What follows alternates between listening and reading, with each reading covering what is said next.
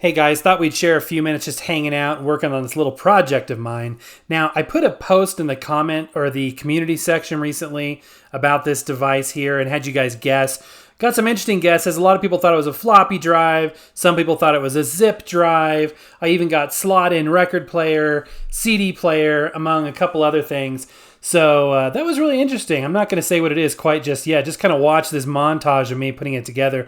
Interesting story. So I bought this device, and when it arrived, it had a little bit of an issue. So I took apart this mechanism to do a little bit of servicing, just lubricate things, rebuild things, yada, yada, yada.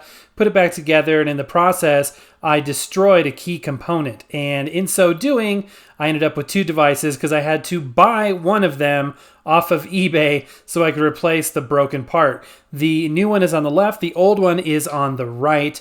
And as you may have guessed, it is a mini disc player. This is the mechanism from a Sony MDS JE510 mini disc deck.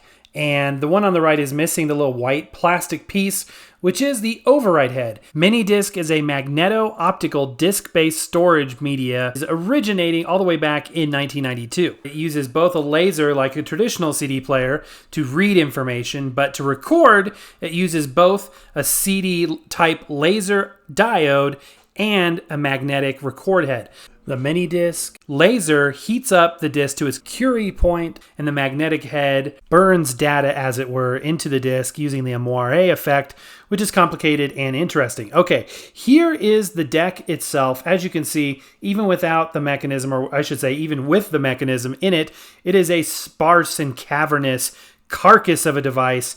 And mostly what you have here is the transport mechanism and that one circuit board, which we'll look at. Here's the part that I, totally ripped off with my thumb, and those are so delicate. Those little blades leading to them are like tinfoil thin, and I just totally destroyed it. So we've got the new mechanism in here. I'm hoping this just fixes the whole problem. We're going to connect it. Sony does a great job of making very robust equipment, and having taken this apart now probably 20 times, even before this video was filmed, I have become an expert at it, I would say. Not really an expert, but let's just say I'm familiar with taking it apart. That being said, I still was making stupid mistakes, as I normally do. But these ribbon cables here, which Sony actually calls flexible wires, are connected, and they just pull out, which is nice and smart. They don't require a lock. Some of the ones on the internal piece of the mechanism itself do, but these ones are pretty easy to put in. However, they're very thin and flexible, and it's hard to get them to work. So sometimes pulling them off the circuit board, putting them into the mechanism first, and then plugging the other ends back into the circuit board is the way to go. You'll see as we go along here, a lot of the components. Look at that. Okay, look where the mechanism attaches down at the bottom there. See, there's like these little nipples that stick out and allow the transport to kind of snap into place, which is awesome because it allows you to really line up those screws perfectly. It's very smartly designed. It's designed to be serviced, and that's really cool. Now, I will say this. If you have not ventured into the mini disc world yet, I would caution you before doing so. It is a very fun yet high maintenance project because Minidisc as an overall format, I wouldn't call it janky, but let me just say this. It does take a lot of patience. It's very finicky, but it's a lot of fun. Now let's take a little tour of this cavernous device. Up in the right-hand corner, we've got digital and analog inputs and outputs.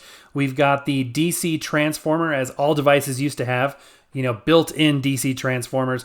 Now this whole circuit board is very basic. It's mostly power management and some basic audio processing. The overall logic and the real brains of the unit is on the back side of the front panel, as you can see here. That's where most of everything is actually located. And obviously the mechanical mechanism itself.